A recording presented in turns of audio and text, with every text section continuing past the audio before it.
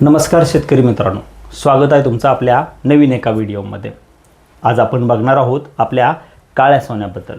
होय, बरोबर ऐकलत, काळं सोनं। आता तुम्हाला प्रश्न पडला असेल, हे काळं सोनं म्हणजे काय आहे, नक्की काय असतं काळं सोनं? तर मित्रांनो, हे काळं सोनं हे दुसरं तिसरं काही नसून हे आहे आपल्या शेतीतील माती। बरोबर ऐकलत, या काळ्या सोन्याची आपल्याला वाचवण्याची गरज आलेली आहे। माझं म्हणणं फक्त एवढंच आहे, हे काळं सोनं ज्यातून आपण पिकांचं उत्पन्न घेतो, या मातीतून वनस्पती वाढतात, झाडे वाढतात, आपण शेतकरी खूप सारे पिकं त्यातून घेतो आणि आपलं पोट भागवत असतो। आज त्याच काळ्या सोन्याला वाचवणं गरजेचं झालेलं आहे। मित्रांनो, लक्षात घ्या, हे काळं सोनं तयार होण्यासाठी, काळी माती तयार होण्यासाठी, म्हणजे 1 इंचाचा सुपीक मातीचा थर तयार होण्यासाठी हजारो वर्षांचा कालावधी जातो। पहिल्यांदा दगडांचं विघटन होतं आणि दगडांचं विघटन झाल्यानंतर त्याच्यामध्ये आधी छोट्या छोट्या वनस्पती वाढतात, त्याच्यामध्ये कुजतात आणि त्याचा सेंद्रिय कर्ब वाढत जातो। हळूहळू त्या छोट्या वनस्पतींचं मोठ्या वनस्पतींमध्ये रूपांतर होतं आणि त्याच्यामध्ये पुन्हा मोठ्या वनस्पतींचा पालापाचोळा कुजतो आणि मग हा सुपीक मातीचा थर तयार होतो।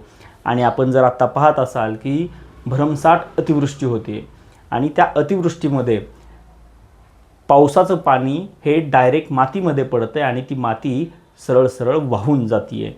आपली सुपीक माती, जिला आपण वर्षानुवर्षे जपत आलेलो आहे, ज्याच्यामध्ये आपण उत्पन्न घेतलेलं आहे, ज्याच्यामध्ये आपली कुटुंब जगलेली आहेत, ज्याच्यामधून आपण उत्पन्न घेऊन आपल्या मुलांना शिक्षण दिलेलं आहे, त्याच मातीला, त्याच काळ्या सोन्याला वाचवण्याची आता गरज आलेली आहे।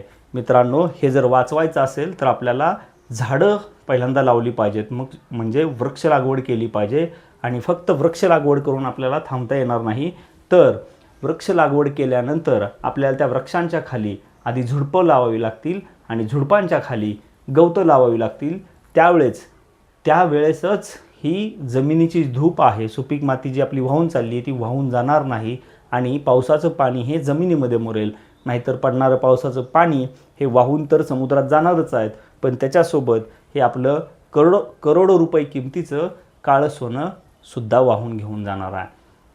मित्रांनो, त्यामुळं बांधावरती झाडं लावणं खूप गरजेचं आहे। आता आपण पाहत असाल की बांधांवरती आपण खूप सारे तणनाशक फवारतो आणि बांधसुद्धा आपली काळी कुळकुळीत केलेली आहेत, त्याच्यावरती गवत नसतं, त्याच्यावरती आपल्याला झाडं पाहायला मिळत नाहीत। हे अलीकडच्या 10 वर्षात आपल्याला जास्त पाहायला मिळालं आहे। याच्या अगोदर आपल्याला प्रत्येक बांधावरती आपल्याला कोणतं ना कोणतं तरी झाड पाहायला मिळत होतं। आता ती झाडांची संख्या कमी झालेली आहे, त्यामुळे हे काळं सोनं, करोडो रुपये किमतीचं काळं सोनं हे वाहून चाललेलं आहे। ही वाहून जाणारं करोडो रुपये किमतीचं सोनं हे आपल्याला, तुम्हाला, आम्हाला सर्वांना मिळून हे वाचवायचं आहे। तर मित्रांनो, हा जर व्हिडिओ तुम्हाला आवडला असल्यास लाईक करा, शेअर करा आणि सबस्क्राईब करायला विसरू नका। हा व्हिडिओ आहे, हा व्हिडिओ सर्वांना शेअर करा आणि हे करोडो रुपये किमतीचं काळं सोनं वाचवण्यासाठी प्रयत्न करूयात। धन्यवाद।